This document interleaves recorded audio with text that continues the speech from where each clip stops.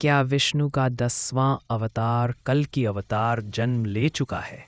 विष्णु के 10वें अवतार कल की अवतार का जन्म हो चुका है क्या? आप में से कई लोग सोचते होंगे कि कल की अवतार का जन्म कलयुग के अंत में होने वाला था और कलयुग की कुल अवधि 4,32,000 वर्ष है।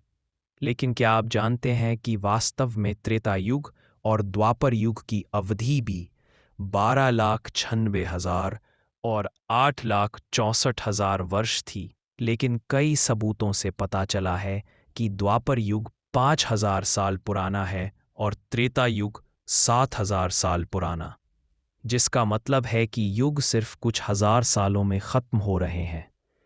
तो क्या कलयुग का अंत भी करीब है? मैं आपको एक और चौंकाने वाली बात बताता हूँ। सद्गुरु के अनुसार कलयुग पहले ही खत्म हो चुका है और हम द्वापर युग में जी रहे हैं और साल 2082 में द्वापर युग भी खत्म हो जाएगा और हम त्रेता युग में पहुंच जाएंगे।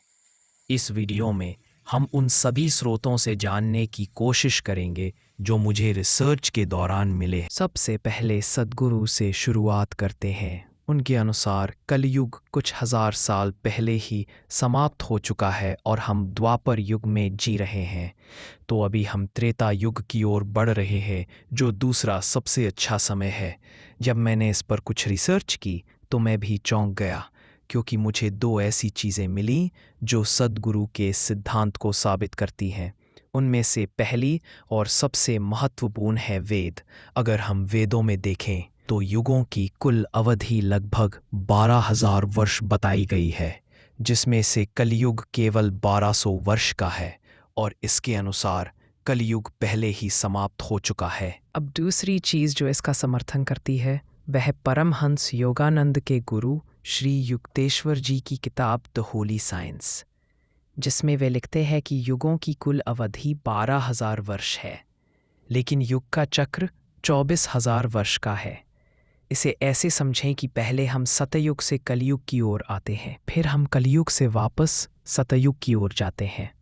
और यह भी बिल्कुल सही है, क्योंकि पृथ्वी में कोई भी बदलाव इतनी अचानक नहीं आता है। ऐसा नहीं होता कि आज कलयुग है और कल से अचानक सब ठीक हो जाएगा और सतयुग शुरू हो जाएगा। चीज़ें समय के साथ धीरे धीरे बदलती हैं।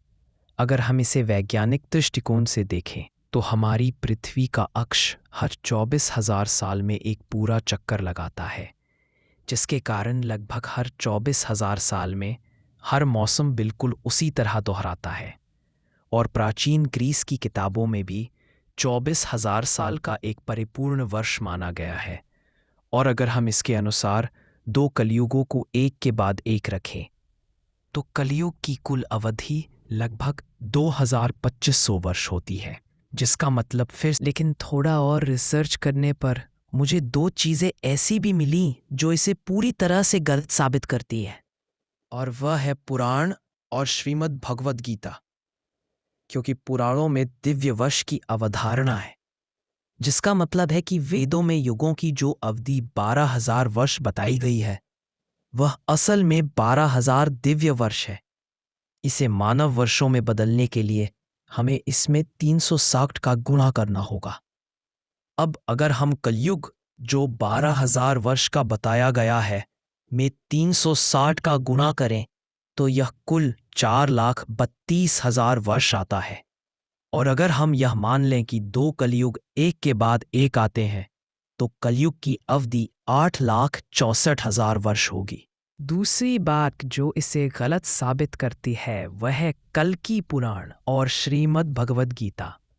क्योंकि कल्कि पुराण में हमें कल्कि अवतार के बारे में बहुत सारी विस्तृत जानकारी बताई गई है, और भगवद गीता में भी कृष्ण कहते हैं कि हर युग के अंत में वह अवतार लेते हैं और पाप का अंत करके धर्म की स्थापना करते हैं।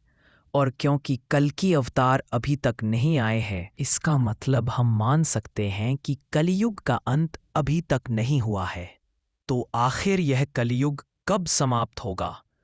अगर हम द्वापर युग और त्रेता युग की समय रेखा का पता लगाएं तो हम यह पता लगा सकते हैं कि कलियुग कब समाप्त होगा। क्योंकि इससे हमें पता चलेगा कि वास्तव में युगों की अवधि वेदों या पुराणों का अनुसरण कर रही है। और ऐसा करने के लिए हम रामायण और महाभारत में दिए गए खगोलीय डेटा की मदद लेंगे। हमें भगवान राम के जन्मदिन की ग्रह स्थिति दी गई है। जब उस डेटा को प्लैनेटेरियम सॉफ्टवेयर में डाला गया तो वह तारीख 10 जनवरी 1016 ईसा पूर्व निकली। 2 ग्रहण इतनी जल्दी तभी पड़ सकते हैं जब एक सूर्य ग्रहण हो और दूसरा चंद्र ग्रहण। और जब इस डेटा की जांच की गई तो पता चला कि पिछले 5000 सालों में ऐसा कई बार हो चुका है, लेकिन उनमें से केवल 6 बार ही ऐसे हैं जो महाभारत के समय से मेल खाते हैं। और इससे हमें देखने को मिलता है कि रामायण और महाभारत के बीच का अंतर केवल 2000 साल का है। लेकिन क्योंकि इतने सालों में ग्रह एक ही स्थिति को कई बार दोहरा सकते हैं, हम इसे अंतिम निष्कर्ष नहीं मान सकते हैं। इसलिए अब हम पुरातात्विक प्रमाणों की मदद लेंगे। पुरातात्विक प्रमाणों में हमारे पास फिलहाल 2 चीज़ें हैं। एक है राम सेतु, जिसके बारे में कार्बन डेटिंग से कम 7000 से 8000 साल पुराना होने को कहा जाता है। और दूसरा है खंभात की खाड़ी में द्वारका नगरी की खोज, जिसकी शुरुआती कार्बन डेटिंग से विभिन्न शास्त्रों, दीवारों और हड्डियों से पता चला है कि वह शहर कम से कम 9000 से 10,000 साल पुराना है। यहाँ द्वारका नगरी राम सेतु से पुरानी है। यह इसलिए हो सकता है क्योंकि द्वारका नगरी उस समय तक अस्तित्व में रही हो। इसका मतलब है कि अब हम स्पष्ट रूप से जानते हैं कि रामायण और महाभारत के बीच बहुत अधिक अंतर नहीं है। और इन सब से हम स्पष्ट रूप से जान रहे हैं कि युग लाखों वर्षों की समय सीमा का पालन नहीं कर रहे हैं। तो कलियुग कब समाप्त होगा, पता लगाने के लिए हमारे पास आखिरी स्रोत है भविष्यमालिका। दरअसल लगभग 600 साल पहले ओडिशा में 5 संतों के एक समूह ने भविष्यमालिका नाम की एक किताब लिखी थी। उनमें से एक थे अच्युतानंद दास, जिनके पास दिव्य दृष्टि थी, जिसकी मदद से उन्होंने कलियुग में होने वाली कई भविष्यवाणियां लिखी थीं। उनमें से कुछ भविष्यवाणियां गलत साबित हुईं, लेकिन इसके साथ ही कई सही भविष्यवाणियां भी हैं, जिन्हें आप अपनी स्क्रीन पर देख सकते हैं। और इस किताब में यह भी लिखा है कि कलियुग का धाम, मतलब जगन्नाथपुरी का मंदिर, कलियुग के अंत में पानी में डूब जाएगा। और इस किताब में उन्होंने इसकी उचित तारीख भी बताई है।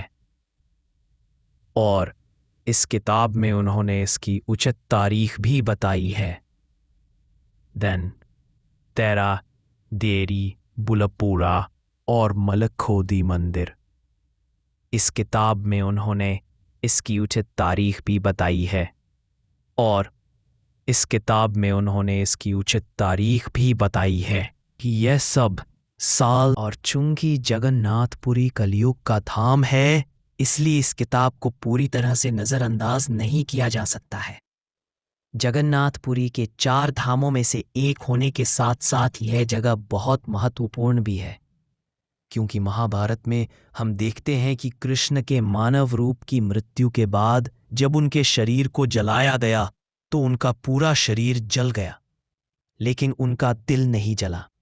और लोगों का मानना है कि ऐसा इसलिए हुआ क्योंकि यह एक सामान्य दिल नहीं था, यह एक मशीन जैसी चीज थी जो प्रकाश के संपर्क में आने पर कंपन करती थी।